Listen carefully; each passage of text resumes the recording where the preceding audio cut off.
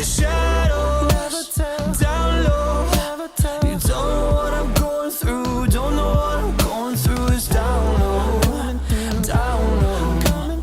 You don't know what I'm going through, don't know what I'm going through. Yo, welcome back TPL Nation for Season 3. And I'm super hyped. We just had the draft, and I thought I'd bring you guys some draft analysis videos just on everybody's team, throw my opinions out there. So with that, there is like a little asterisk there. Don't be mad, or if I say something bad about your team, or I come off incorrect, because I think everybody had at least a decent draft. So I'm definitely just here to have a little fun and really throw up like analysis videos on everybody's team. So this team, starting off, we have the Alolan Strikers, coached by none other than Kai, and I really love this team. Kai really got some huge threats on his team, and starting off, we have the Galarian Moltres, which I think was a huge pickup for him. So if we look at Galarian Moltres, its stats are really good. Got a decent speed, I think, overall, a decent special attack stat. Maybe not the best attack stat, obviously, with just base 100, but decent bulk with a 125 special defense stat, base 90 HP, not the best, but respectable. And with the amazing Berserk ability, I think we could really see this thing get some kills and snowball out of control for some teams this season. So obviously, I just built like a little set. This is by no means like a real set. I'm just showcasing some of the items and moves that this thing could run. So I think weakness policy would be a really good item for Galarian Moltres. To take that, it's got enough bulk that it can take a super effective hit, usually just one maybe, but if it does get hit, you're going to get that Berserk boost as well as that weakness policy boost, and take it up to 4 times special defense, you guys. And let me tell you, with Air Slash, Fiery Wrath, and Shadow Ball, what lives at +4? Not a whole lot, I tell you that. And this thing gets incredible moves like Nasty Plot. It doesn't have the most diverse move pool at all, but with Fire Wrath being a better Dark Pulse at the end of the day, as well as Air Slash for that decent flying stab, like I can really see this Pokemon can really put in a lot of work. We could see this thing maybe counter rain teams with Hurricane. Shout out to Anthony. It's got Hyper Voice for another stab move. It also gets some utility moves like Memento. We could see that come out, but I really think we'll be looking at just the max special attack set from this thing week to week. It does have interesting tools like Substitute and Taunt, so yeah, it does have a few extra options. And as I was looking at its set earlier, I remembered Endure, I think, would be a crazy move for this thing, because obviously you go for the Endure. It brings you down to whatever you are, so you can live at 1 HP if you need to, and then it's popping your weakness policy off and gives you the Berserk. So like, you may be on 1 HP, but if you know your opponent doesn't have any way to outspeed you, or maybe is lacking priority, like, dude, you just won the game. So definitely love Galarian Moltres as a whole. But then we're going to move into the next member on the draft, and I gotta say, I believe this one was actually kept from earlier in the season, but it's Ferrothorn, dude. Ferrothorn being an amazing Pokemon, very bulky, with 131 base defense here, 74 HP, so respectable once again. Obviously, Rocky Helmet and Iron Barms being really the premier moveset, but it can definitely do some other things. That's the best thing about draft format, is like you never know what you could expect week to week. I mean, this thing does get moves like Iron Defense, it gets Body Press, Spike Support so you can throw out hazards, it gets Rocks too, I believe. Obviously having some really niche moves in Explosion. It also has Grass Knot for maybe something like a bulky water ground type that are running around. You never know. You could see Gyro Ball is always a good tech option for like faster teams, since Ferrothorn's really slow. Iron Head, Poison Jab, Knockoff is great utility for removing items. I mean, this thing, it's going to do what it always does. It's going to sit there, it's going to take hits, it's going to be fat, and it's going to annoy the opponent. And I think that's really awesome for it. Having moves like Thunder Wave and Toxic as well, could really see some interesting stuff coming out from the Ferrothorn, absolutely. But there's not too much else to say about Ferrothorn. Like, it's very bulky. That's what it does. It's very bulky. It wears stuff down, takes hits for your other bulky Pokemon. So I definitely love this Pokemon on the Strikers team.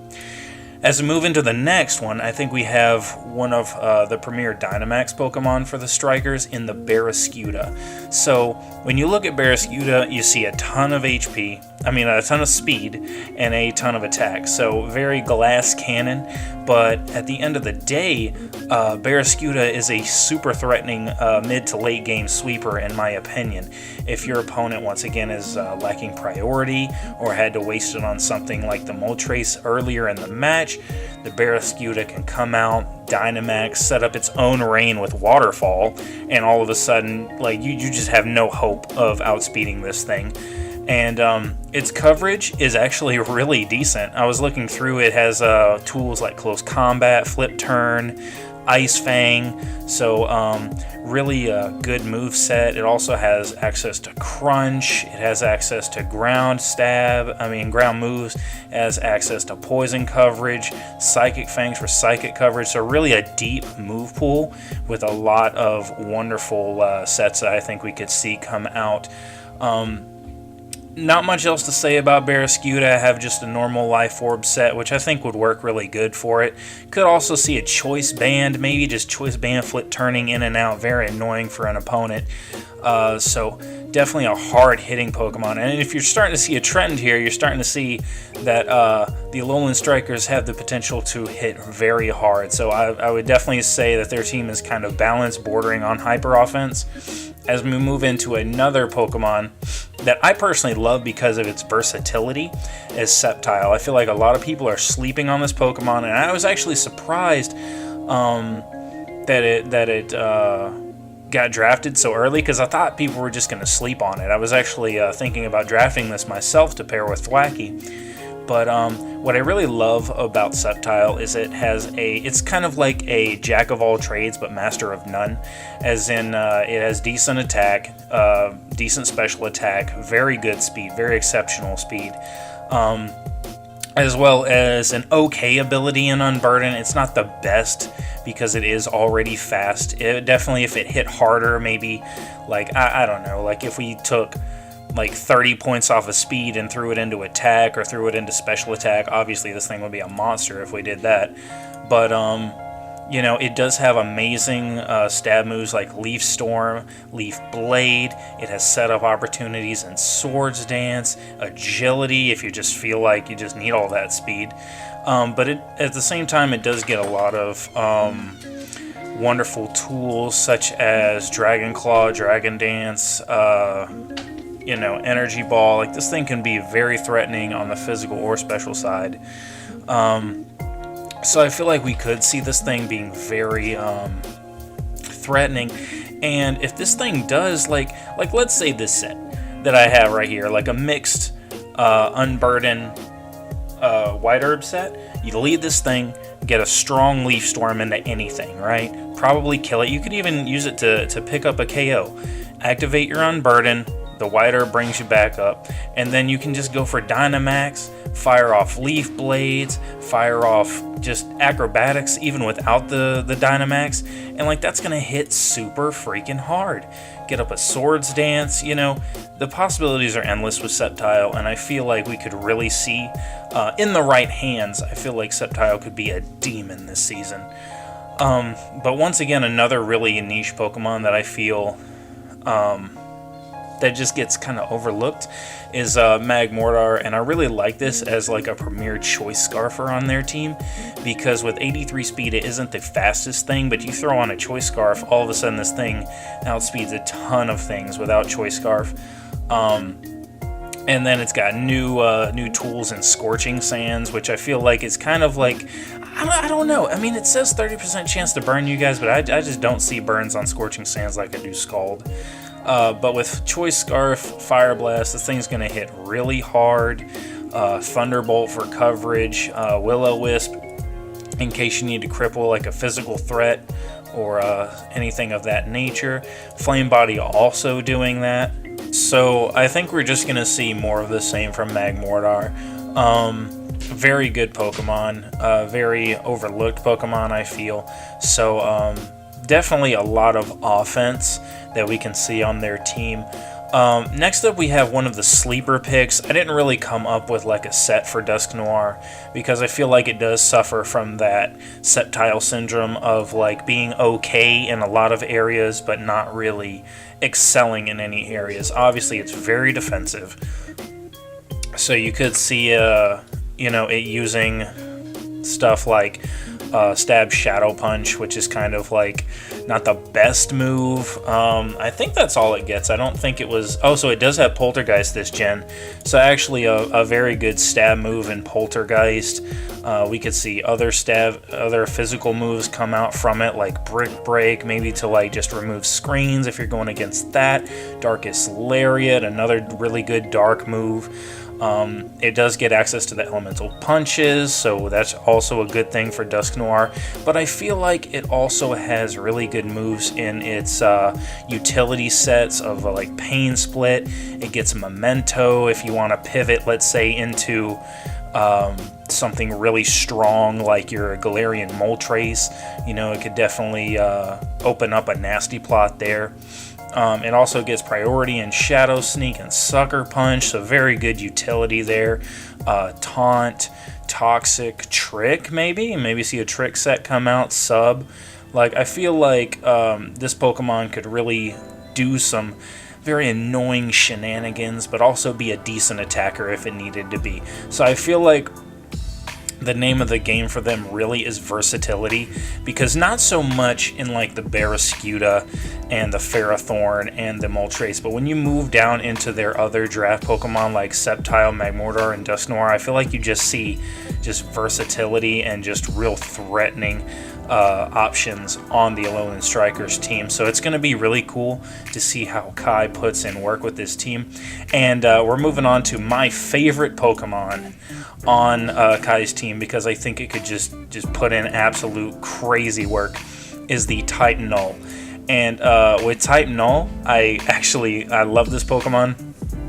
With Eviolite, it's just insanely bulky with 95 in both defenses. It doesn't really need speed. It just needs its HP and attack. So, like, this thing could Dynamax, but I don't think it really needs to. This thing is insanely bulky, able to set up Swords Dances pretty safely, to be honest. And, I mean, it does suck for a lot of normal Pokemon because they lost access to, of course, Return. So I feel like the premier move that I would probably run is probably Facade, just because a bulky Eviolite user, it could get toxic, it could get burned, and I feel like with Facade you're still going to be able to put out that super hard hitting normal type move. And with Swords Dance, it's really good. I was actually thinking that if another cool set that if you wanted to run here is like if you didn't even want to, if you don't need the Air Slash or the Shadow Claw, like if they don't have like a Ghost or a Steel, like just get rid of Air Slash, get rid of Shadow Claw, get rid of Facade, and just throw on the move Last Resort. Now I know that's a little bit of like a niche set, but if you're just sending this thing off to get a Swords Dance and start ripping through your opponent's team, what else do you need? What else do you need besides Last Resort? Huge 140 base power. If you have you're gonna have a Swords Dance up to use Last Resort. So like if you're running like max HP, max attack, even if you don't run it through max attack, like Last Resort +2 stab, that's gonna hurt. That's gonna put so much damage out there. And with Type Null holding that Eviolite, it's gonna be super bulky. Like, how are you gonna take this thing out in one hit? So I definitely like Type Null as like a bulky, really really hard-hitting defensive Pokemon, and I think if Kai uses it well, this thing will easily make it onto the kill leaderboard, hands down. I could definitely see this Pokemon being slept on.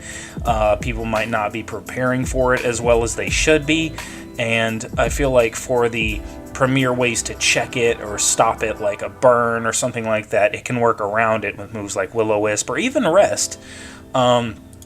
And then this brings us to our last Pokemon, Wishiwashi, which I love Wishiwashi. It was a member of the Augusta Agrons last season. Well, it is last year.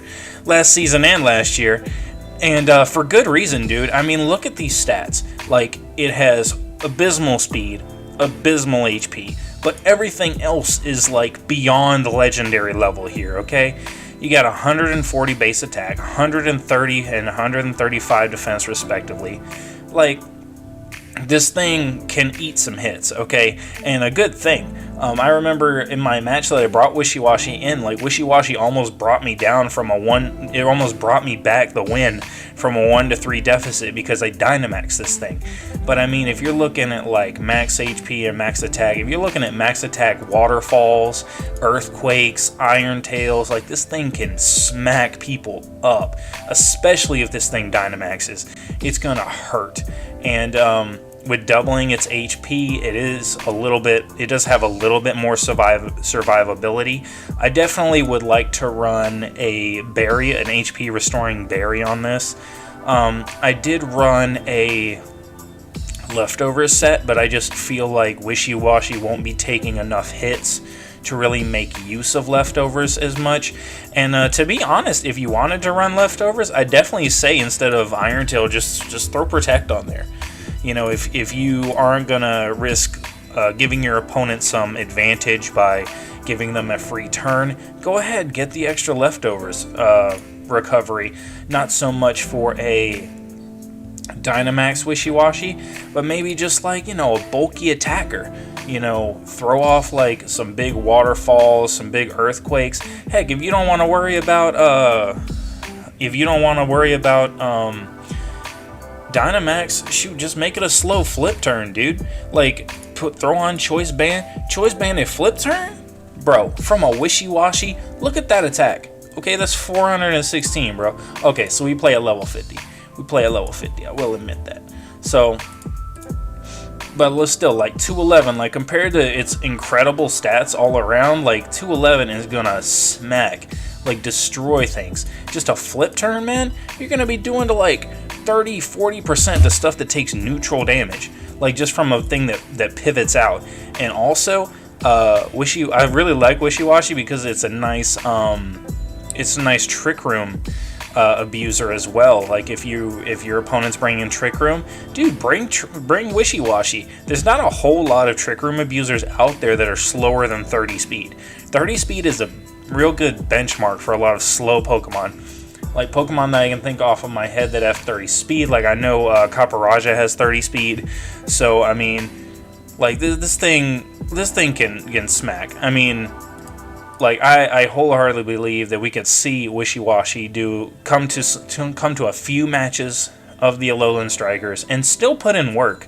So as far as, like, overall team composition from the Strikers, as I look through all of this, I definitely think that one of their biggest weaknesses is they don't really have a way to remove hazards. That is just popping out to me, obviously. But I feel like their team can be so focused on hyper offense, they almost don't need to. You know what I'm saying?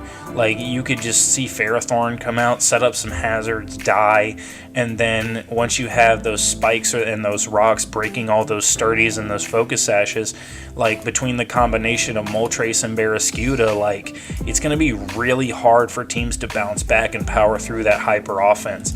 So, I think overall, they really suffer from that hazard weakness, but I think it can be mitigated just because of how out of control offense this team could potentially be. I know I'd be very threatened by this team if I faced it, and who knows, I might. I haven't really looked at my schedule, so I know we did battle the Alolan Strikers last season. They're always a great team, always doing good, and I feel like this team might be the thing to push them over the edge, to bring them to playoffs, and to just really be a huge threat in general. So if I had to give this team like a rating on like 1 to 10, I'd probably give it like a 7.5, with 5 being like the average, and 10 being like, oh my god, that team's absolutely busted. So definitely a 7.5, very good, above average team. I think it can really snowball out of control. It has that potential, but at the same time, I don't feel like it's unstoppable. There are, if you can get your prediction game on, you can stop this team. But I'm very interested to see what Kai does with this team moving forward this season. So thanks, guys. I'm going to go ahead and move on to the next one, and I'll catch you guys in another video. I've been AceTrainrRyan. Peace.